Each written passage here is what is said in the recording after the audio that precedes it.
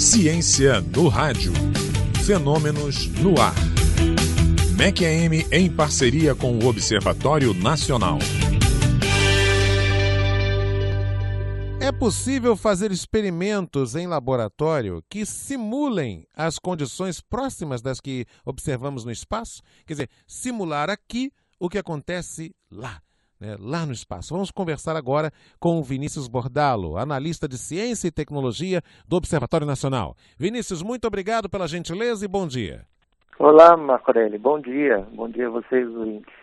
E aí, conta pra gente, do ponto de vista de avanços científicos, esse é um dos dados mais, digamos assim, interessantes, que mexem com a imaginação, até mesmo das crianças, dos adolescentes, que é a coisa da formatação em laboratório de situações semelhantes às que acontecem no espaço sideral, não? Sim, exatamente. Bem, a astroquímica, que é essa área que eu trabalho, ela é pioneira nesse ponto, né? Você tem os fenômenos químicos ocorrendo no espaço e você não pode ir lá para analisar eles em loco, né? Então você precisa reproduzir esses fenômenos aqui em laboratório. Então nós tentamos simular o mais próximo possível as condições do espaço em laboratório e fazer análises para tentar entender como esses processos ocorrem e vincular as observações que são feitas através dos telescópios. Cita um exemplo assim, de um tipo de experimento que é muito útil como descoberta científica fazendo esse tipo de simulação. Sim, por exemplo, nós observamos já desde a década de 60 moléculas no meio interestelar. Bem, como essas moléculas foram para lá ou como elas se formaram nesses ambientes? O meio interestelar é um meio muito hostil a moléculas. Então, você tem muita radiação tanto por fótons energéticos como por raios cósmicos. E as moléculas não sobrevivem facilmente nesses ambientes. Então, nós vemos, desde a década de 60, essas moléculas e cada vez mais moléculas mais complexas, com os grandes telescópios de hoje em dia. Por exemplo, aminoácidos simples, como a glicina, que já estão sendo observados em nuvens moleculares.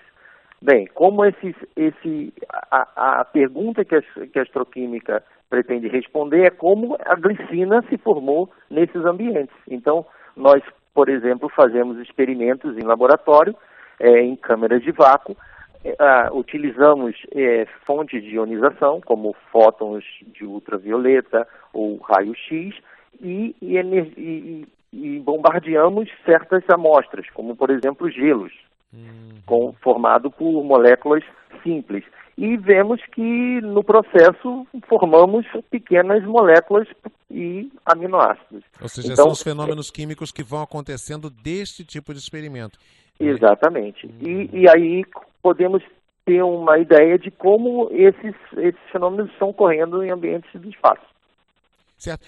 E podem ser feitas também simulações úteis para os programas espaciais? Ou seja, me refiro ao seguinte, uma nave, um foguete que vai fazer ou mesmo um satélite que vai fazer uma exploração científica no espaço, ele passa por uma série, ele é submetido a uma série de interferências, no nosso caso, por exemplo, do sistema solar, das interferências dos próprios raios solares, de radiações.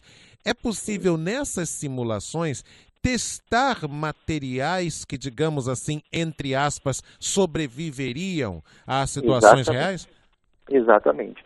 Bem, a astroquímica nasce desse esforço da década da Guerra Fria, né, que começou os programas espaciais.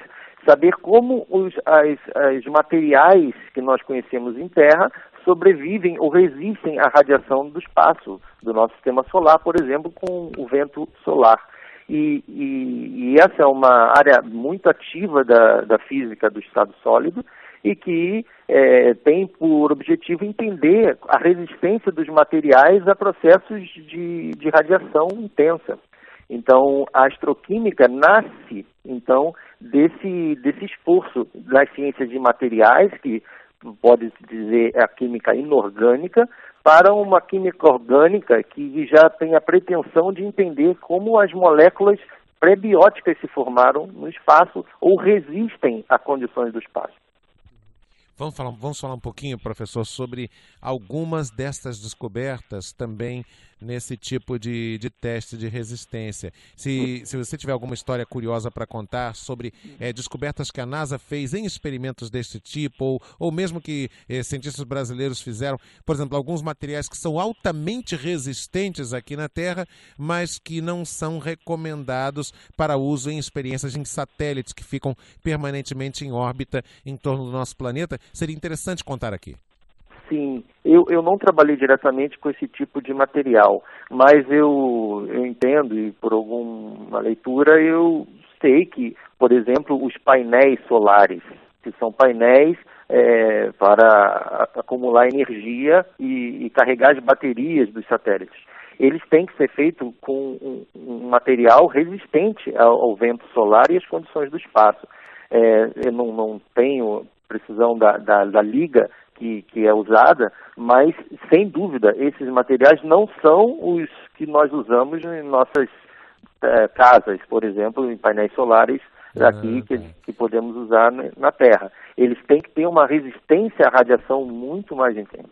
Ou seja, a luz solar utilizada para os painéis, para gerar energia solar, ela pode ser utilizada no espaço, sim, mas com materiais diferentes desses que a gente usa no cotidiano das grandes cidades para gerar energia muito solar. Mais resistente.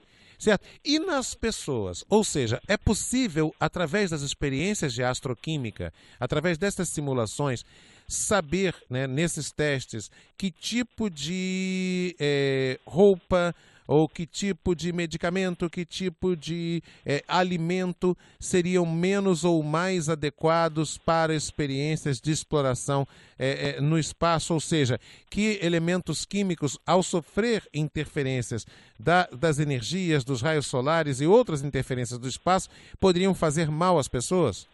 Sim, sem dúvida. Existe toda uma área que estuda a dose de radiação que os seres vivos podem receber. É claro que, por maior esforço que se faça em criar roupas que blindem o ser humano dentro daquela roupa da radiação externa, é sempre possível que partículas atravessem a roupa e de certa maneira, atinjam a pessoa. E isso ocorre também dentro das naves espaciais. Então, existe uma tolerância, que é uma dose de radiação que é tolerável para pessoas que ficam muito tempo em órbita. E isso é minuciosamente estudado, essas doses. Aqui nós podemos ter isso na Terra em ambientes de alta radiação, como, por exemplo, usinas nucleares. Aqui em Angra, por exemplo, nós temos uma. O controle da radiação sobre as pessoas é muito forte. Então, você anda, por exemplo, com dosímetros de radiação e todo dia aquilo é medido para saber se há algum vazamento, se a pessoa recebeu uma dose maior. Isso, a nível de pessoas, é muito controlado. Pois é, entre os céticos, aqueles que não acreditam que o homem foi à Lua, que os 3 astronautas americanos teriam chegado à Lua em 69, tem muita bobagem, muita gente que fala não, que a sombra estava num canto, a sombra no outro, coisas que não têm muita credibilidade.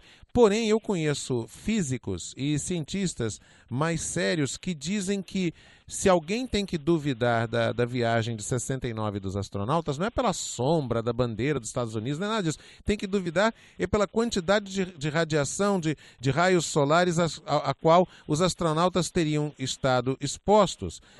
Ao passar em certo ponto da viagem próximo da chegada da Lua e na própria Lua. Você concorda com isso? Quer dizer que isso sim é, digamos assim, questionável, levando em conta o tipo de roupa, o tipo de equipamento que os astronautas usavam?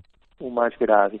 Bem, eu não sei exatamente a origem desse argumento, mas eu posso entender que, de fato, a Terra ela tem um campo magnético intenso. E esse campo magnético, ele aprisiona partículas que estão altamente aceleradas. Eu não tenho precisamente se a rota dessas partículas, vamos dizer, no campo, aprisionadas no campo magnético, estaria entre a Terra e a Lua. E de fato, se estão, elas realmente, existe uma região onde a chuva de partículas sobre uma nave ou uma pessoa seria muito mais intensa. Agora, o módulo lunar foi projetado claramente, obviamente, pensando em todos esses fenômenos. E isso já é conhecido há muitos anos. Então, certamente, se houve o efeito maior de uma radiação nesse trecho do percurso, a nave certamente estava protegendo os astronautas, senão eles teriam morrido. Poxa, professor, quanta coisa interessante. Eu quero voltar a conversar com você sobre esse assunto em outro momento, tá bom? E você tem uma forma muito didática, muito clara de explicar as coisas. É gostoso bater esse papo. Eu tenho certeza que o ouvinte viajou no bom sentido do verbo viajar junto com a gente nessas experiências da astroquímica. Professor Vinícius Bordalo, analista de Ciência e Tecnologia do Observatório Nacional, muito obrigado e um ótimo dia, tá bom? Obrigado, Marco Aurélio. Essa é uma parceria, gente, exclusiva da Rádio MEC-AM. Não adianta procurar em outra emissora, não vai achar. Não vai achar, porque aqui nós fazemos essa rádio que move você e que é educativa na veia. Né? Isso aqui é uma rádio educativa no sangue. Não tem outra igual, não. Eu tenho orgulho de fazer programa de rádio assim, né? Com essa parceria, inclusive, entre a MEC-AM e o Observatório Nacional. Ciência no rádio. Fenômenos no ar.